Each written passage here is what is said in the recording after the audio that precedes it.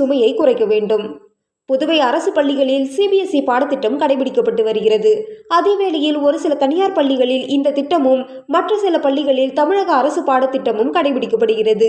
1 முதல் 5 வகுப்பு வரை படிக்கும் மாணவர்களுக்கான புத்தக சுமை சற்று குறைவாகவே உள்ளது. அதே நேரம் 6, 7, 8 என வகுப்புகள் செல்ல செல்ல புத்தக பை சுமையும் கிலோ கணக்கில் உயர்கிறது. பெற்றோர்களே சிரமப்பட்டு சுமந்து செல்லும் நிலையில் அதனை மாணவர்கள் மிகவும் கடினமாக முதுகில் மாட்டி செல்வது வேதனையாக உள்ளது. ஒரு சில பள்ளிகளில் 1 மாடி, 2 மாடி என 3 மாடிகள் வரை மாணவர்கள் புத்தக பையை சுமந்து செல்கின்றனர்.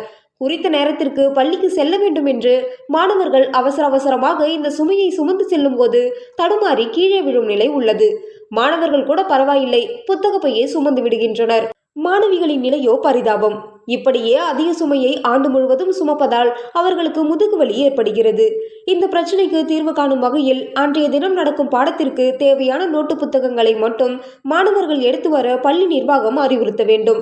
அனைத்து புத்தகங்களையும் தினமும் எடுத்து வர வேண்டிய நிலை இருக்கும் பட்சத்தில் வகுப்பறையிலேயே புத்தகத்தை வைத்துவிட்டு செல்ல பள்ளி நிர்வாகம் ஏற்பாடு செய்ய வேண்டும் என்பது பெற்றோர்களின் எதிர்பார்ப்பாக உள்ளது.